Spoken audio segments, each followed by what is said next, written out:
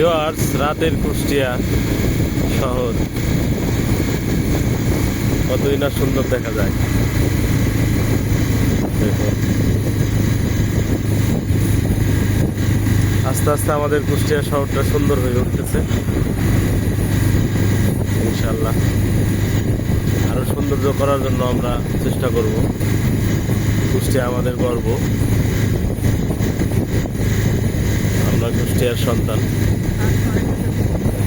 এটা আমাদের গর্ব।